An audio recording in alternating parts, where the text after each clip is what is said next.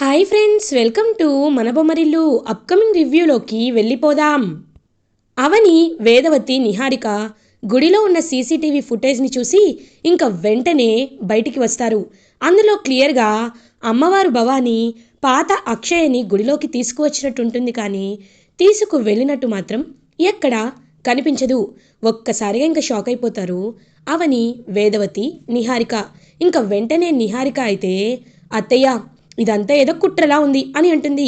వేదవతి, అవును, ఇదంతా ఆ అక్షయ్ చేసిన మాయే. ఎక్కడో మాయలు మరాఠీలు నేర్చుకున్నట్టుంది, అందుకే ఇలా జరిగింది అని ఇంకలా చాలా పొగరుగా మాట్లాడుతూ ఉంటారు వేదవతి. ఇంకా అవని వాళ్ళ వైపు చూస్తూ, మీరింకా మారరా? మీ మనసులు ఇంకా మారవా? కన్న బిడ్డ కనిపించట్లేదని తల్లడిల్లుతున్న ఒక తల్లిని చూసి కూడా మీ మనసు చలించట్లేదంటే మీరు రాతి మనసులు కలవారని నాకు అర్థమైంది. అత్తయ్య, నేను వేస్తుంది నాటకాలు అంటున్నారు, నేను కావాలనే అక్షయ్ని దాచిపెట్టాను అంటున్నారు.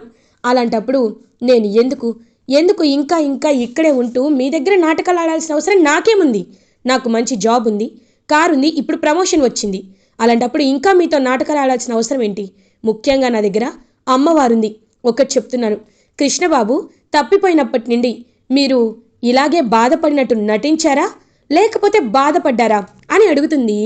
వెంటనే అవని, ఒక్కసారిగా అవని గన్ పాయింట్తో అడిగేసరికి షాక్ అయిపోతుంది వేదవతి. ఏయ్, ఇప్పుడు అది కాదు అని అంటుంది. ఏది కాదు? నేను చెప్పిందే నిజం. ఒక్కసారి మీరు తల్లి మనసుతో ఆలోచించండి. ఎవరు అబద్ధం చెప్తున్నారో, ఎవరు నిజం చెప్తున్నారో అర్థమవుతుంది.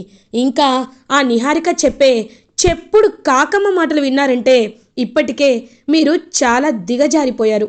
మీ స్థాయి పడిపోయింది. ఇంకా ఇంకా మిమ్మల్ని పాతాళంలోకి తొక్కాలనే ఇదిగో ఈ రాక్షసి ప్రయత్నిస్తుంది.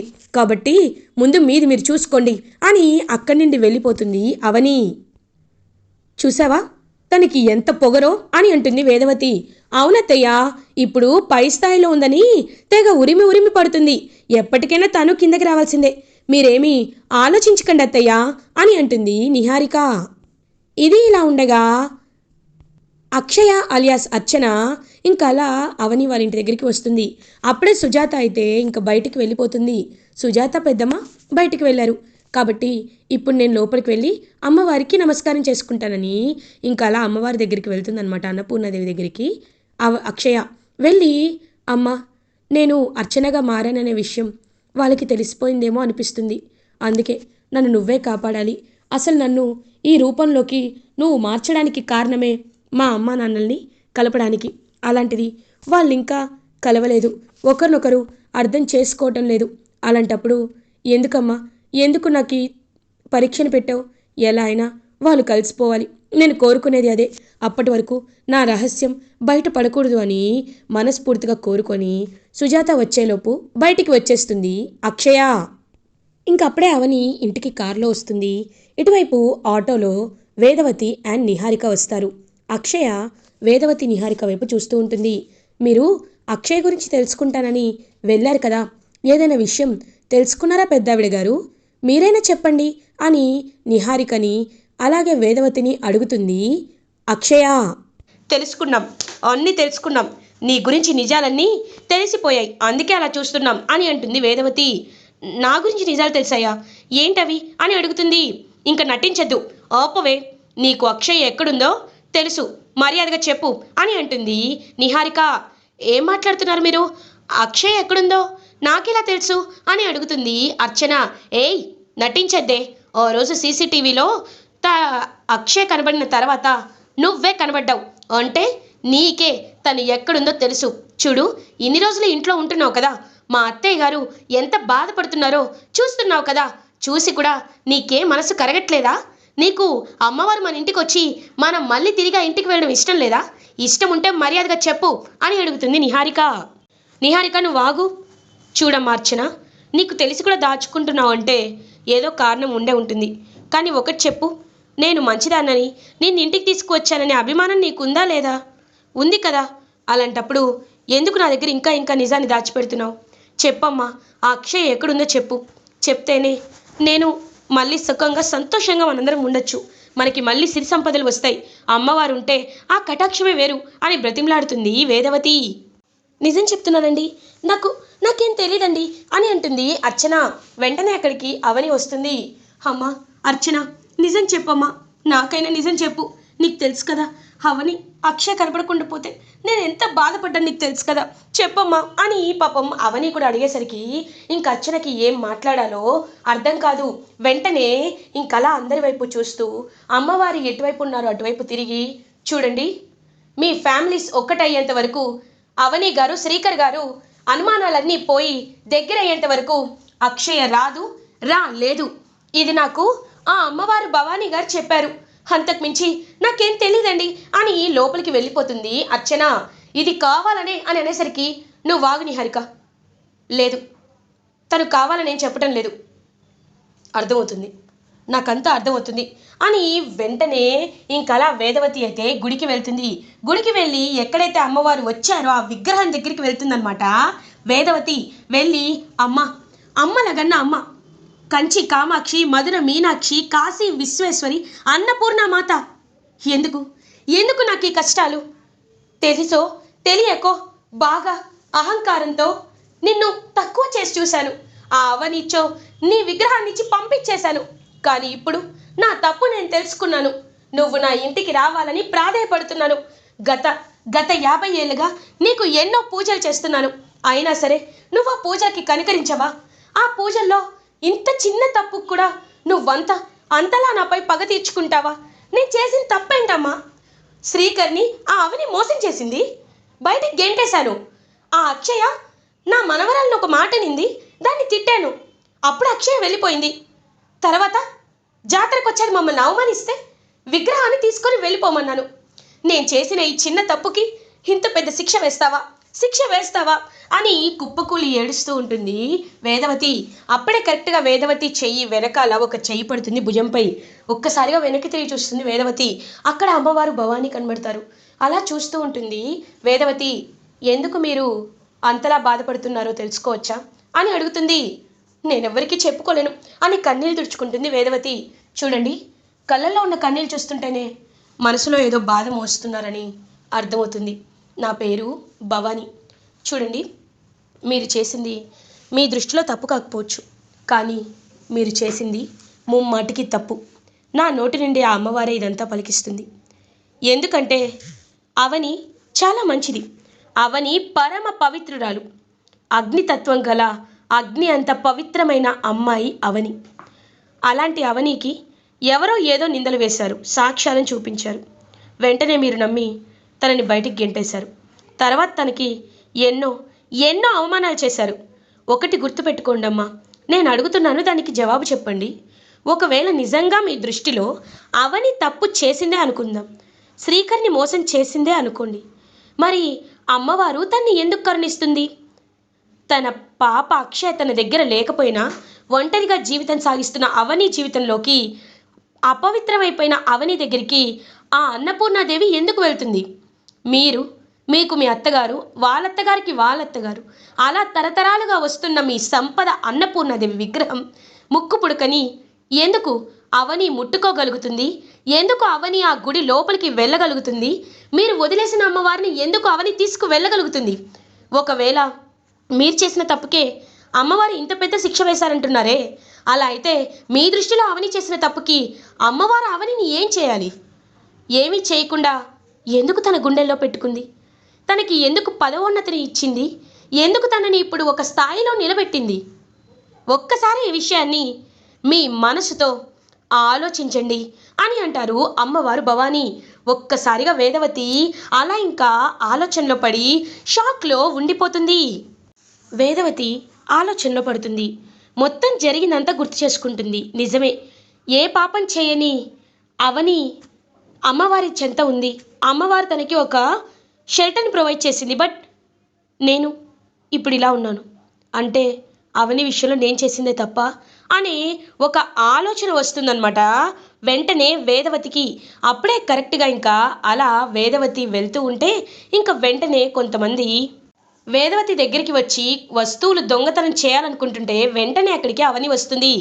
మా అత్తయ్య వైపు వచ్చారో చంపేస్తా అని అందరు రౌడీలు బెదిరించి ఫైట్ చేసి అలా కారులో వేదవతిని ఇంటికి తీసుకువెళ్తుంది అవని. వేదవతి అలా అవని వైపు చూస్తూ ఉంటుంది. ఏమైంది అత్తయ్య అని అడుగుతుంది. అవని, నేనెప్పుడు నిన్ను ఈ ప్రశ్న అడగలేదు. సాక్ష్యాలను నమ్మాను. కానీ ఎందుకో నా మనస్ఫూర్తిగా అడగాలనిపిస్తుంది. నిజంగా నువ్వు ఎలాంటి తప్పు చేయలేదా? అమ్మవారు అందుకే నీ వైపు ఉన్నారా అని అడుగుతుంది వేదవతి. అత్తయ్య, మీకు ఇలాంటి ఆలోచన ఎందుకు వచ్చిందో నాకు తెలియదు, కానీ మీరు పలికింది ముమ్మాటికి సత్యం. ఎందుకంటే నేను ఎలాంటి తప్పు చేయలేదు. ఇప్పటికైనా మీరు మీ అబ్బాయి నమ్మితేనే మన ఫ్యామిలీస్ అన్ని సుఖంగా సంతోషంగా ఉంటాయి. నమ్మండి అని ఇంకా అవని అలా డ్రాప్ చేసి వెళ్ళిపోతుంది. వేదవతి మాత్రం అలా ఇంకా అమ్మవారి భవానీ మాట్లాడిన మాటలే మైండ్లో తిరుగుతూ ఉంటాయన్నమాట వేదవతికి. ఇది ఇలా ఉండగా మార్నింగ్ అవుతుంది. సత్య ఇంకా డాక్టర్ని ఎయిర్పోర్ట్ దగ్గర పికప్ చేసుకొని అటెండెంట్ డైరెక్ట్గా వేదవతి వాళ్ళ ఇంటికే తీసుకొస్తాడు. ఇంకా వేదవతి అలా బయటికి వచ్చి చూసేసరికి అక్కడ సత్య డాక్టర్తో, డాక్టర్ మీరైనా చెప్పండి వాళ్ళు నమ్మటం లేదు అనేసరికి, అవును మేడం, ఆ రోజు సార్ నాకు డబ్బు ఇచ్చిదంతా చేయమన్నారు. ఇదిగోండి, కావాలంటే ఈ ఒరిజినల్ రిపోర్ట్స్ చూడండి, వీటిపై ఉన్న డేట్ అండ్ సైన్ కూడా చూడండి అనేసరికి ఒరిజినల్ రిపోర్ట్స్ని చూసి ఒక్కసారిగా షాక్ అయిపోతారు వేదవతి అండ్ శ్రీకర్ ఫ్యామిలీ. ఇంకా అలా డిఎన్ఏ రిపోర్ట్స్ని చూస్తూ ఉండిపోయి, తను ఇలా తప్పు చేయలేదు, డిఎన్ఏ రిపోర్ట్స్ని కావాలని సత్య మార్చడం తెలుసుకొని ఇంకా అవని దగ్గరికి వచ్చి అవనిని తీసుకు వెళ్ళడానికి సిద్ధమవుతారు వేదవతి ఫ్యామిలీ. ఇంకా అలా వేదవతిని వచ్చి క్షమించమని ఫ్యామిలీ అంతా అడిగేసరికి వేదవతి వాళ్ళ ఫ్యామిలీని చూసి అవని పాపం చాలా సంతోషంగా ఫీల్ అవుతుంది. అవని శ్రీకర్ వైపు చూస్తూ ఉంటే శ్రీకర్ అవని దగ్గరికి వచ్చి అవని చేతులు పట్టుకుంటారు. అవని, నేను ఇన్నాళ్ళు నిన్ను చాలా తప్పుగా అర్థం చేసుకున్నాను, కానీ ఇప్పుడు నాకు అర్థమైంది, మనది చాలా పవిత్రమైన బంధం. ఎంతమంది వచ్చి విడదీయాలనుకున్నా మనం విడదీయలేం. ఇన్నాళ్ళు నేను నిన్ను చాలా తప్పుగా అర్థం చేసుకున్నాను. ఈ విషయంలో నువ్వు నన్ను క్షమించాలి. కావాలంటే నీ కాలు అని అనేసరికి, వద్దు వద్దు బావా, ఏం చేస్తున్నావు నువ్వు నా కాలు పట్టుకోవడం ఏంటి, తప్పు అని అంటుంది అవని. ఇంకలా అక్షయ చాలా అంటే చాలా హ్యాపీగా ఫీల్ అవుతుంది ఇదంతా చూసి. సత్య అవని దగ్గరికి వచ్చి, అవని, ఎప్పటికైనా నేను నీ శ్రేయోభిలాషినేనని, స్నేహితుడినేనని నువ్వు అర్థం చేసుకున్నావు, నాకు అది చాలు. ఇక మీ జీవితంలోకి నేను ఎప్పటికీ రాను, వెళ్తున్నాను. నేను ఢిల్లీ వెళ్ళిపోతున్నాను ఇవాళే. అమ్మ నేను ఈవినింగ్ ఫ్లైట్లో వెళ్ళిపోతున్నాం. ఇంక నీకు కనబడతానో కనబడినో కూడా నాకు తెలియదు అవని. కానీ ఒక్కటి గుర్తుపెట్టుకో, నీకు ఎలాంటి కష్టం వచ్చినా ఒక స్నేహితుడిగా ఈ సత్య ఉంటాడని మాత్రం నువ్వు మర్చిపోవద్దు అని చెప్పి సత్య అక్కడి నుండి వెళ్ళిపోతాడు. ఇంకా వేదవతి వాళ్ళ ఫ్యామిలీ అందరూ హ్యాపీగా ఉండేసరికి అప్పుడే అక్షయకి ఇంకా వెంటనే ఒక ఆలోచన వస్తుంది. అమ్మ, నువ్వు చెప్పినట్టే జరిగింది. మా అమ్మ నాన్న ఒక్కటయ్యారు. ఇప్పుడు వాళ్ళు సంతోషంగా ఉన్నారు. మా నాన్నమ్మ కూడా నా గురించి అర్థం చేసుకుంది. ఈ రూపంతో ఇంకా నాకు పని లేదు అని అనుకుంటుంది అక్షయ. అప్పుడే కరెక్ట్గా ఇంకలా నడుచుకుంటూ అర్చన అయితే గుడికి వెళ్తుంది. ఇంకా వెంటనే అక్షయ్ గుడికి వెళ్తుంటే ఇటువైపు అందరూ చూస్తూ ఉంటారనమాట. అక్షయ్ గుడికి వెళ్ళి ఇంక అమ్మవారి భవానీ దగ్గరికి వెళ్తుంది. అమ్మ భవానీ, ఇంకా నాకు ఎలాంటి సమస్య లేదు. మా అమ్మ నాన్న కలిసిపోయారు కాబట్టి నన్ను పాత అక్షయగా మార్చేసే అమ్మా అని అంటుంది. పాపం అర్చన, తప్పకుండా ఇంకా మీ అమ్మా నాన్నలు ఎప్పటికీ విడిపోరు. ఎందుకంటే వాళ్ళకి అతిపెద్ద గండం వాళ్ళ జీవితంలో ఉన్నది ఇదే. ఇది దాటారు కాబట్టి ఇంకా వాళ్ళు ఎప్పటికీ విడిపోరు. నేను చెప్తున్నాను, ఇప్పుడే నేను పాత అక్షయ రూపంలోకి మార్చేస్తున్నాను అని చెప్పి ఇంకలా మారుస్తూ ఉంటే అప్పుడే కరెక్ట్గా వేదవతి, అవని వీళ్ళందరూ ఇంకా అలా పరుగు పరుగున గుడి దగ్గరికి వస్తారు. అలా ఇంకా అర్చనని అక్షయగా మారుస్తున్న ప్రక్రియని చూసి ఒక్కసారిగా అవని షాక్ అయిపోతుంది. ఇంకా అలా తనకైతే పవిత్ర తీర్థం అయితే పోసేసరికి తను అక్షయగా మారిపోతుంది. అవని అలా అమ్మవారి భవానీ వైపు చూస్తూ ఇంకా అక్షయ వైపు చూస్తూ ఉంటుంది. వెంటనే ఆశ్చర్యపోతున్న అవని దగ్గరికి అక్షయని తీసుకొస్తుంది అమ్మవారు భవానీ. ఇంకా వేదవతి, అమ్మ నిన్న నువ్వే అని అంటారు. అవును, నేనే నీకు కనువిప్పు కలిగించాను. చూడు అవని, ఇకపై అక్షయ బాధ్యత మీ ఇరువురిది. మీరు, నీ భర్త, తన నాన్నమ్మ, మీరు తనకి బలం. కాబట్టి ఇంకా ఎలాంటి అడ్డు అవాంతరాలు లేకుండా జీవితాంతం కలిసిమెలిసి ఉండండి, సుఖీభవ అని ఇంకా అలా మాయమైపోతారు అమ్మవారు భవానీ. ఒక్కసారిగా షాక్లో చూస్తూ ఉండిపోతారనమాట ఫ్యామిలీ మెంబర్స్ అందరూ. ఇంకా మిగిలింది ఒక్కటే, అక్షయ్కి ముక్కు పుడక ఇవ్వడం. అది నేను నా చేత్తో అక్షయ్కి ముక్కు పుడకని సమర్పిస్తాను అని అంటారు వేదవతి. ఇంకా అవని అయితే చాలా అంటే చాలా హ్యాపీగా ఫీల్ అవుతుంది. ఇంకా అలా అందరూ ఇంటికి వెళ్తారు. అక్షయ్ చేత అమ్మవారి విగ్రహాన్ని ఇంకా అలా పూజ చేపిస్తారనమాట. వేదవతి వాళ్ళందరూ వీళ్ళ ఇంటికి వచ్చేస్తారు.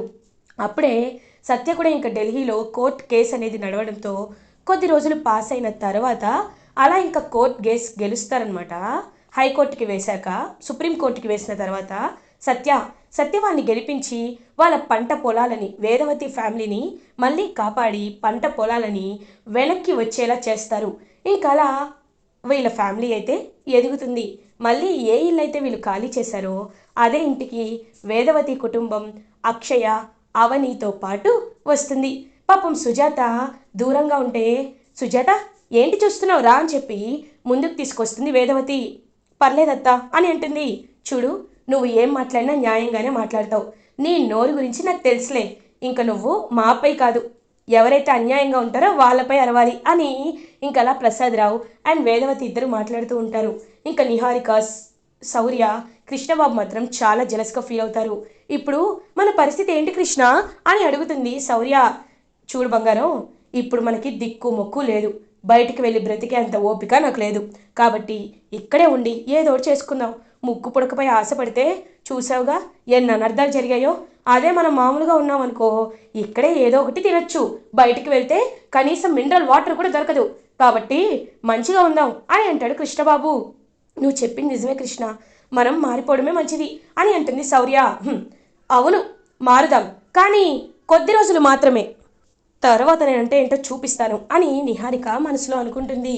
ఇంకలా చేతిలో అమ్మవారి విగ్రహంతో ముక్కు పుడకతో ఇంకలా అక్షయ తన నక్షత్రంలో తన రాశి తన వేదవతి జాతకంలో పుట్టిన సొంత మనవరాలు అక్షయ చేత అమ్మవారి చేతిలో ఉండి ఇంక వాళ్ళ పాత ఇంట్లో అడుగు పెడుతుంది.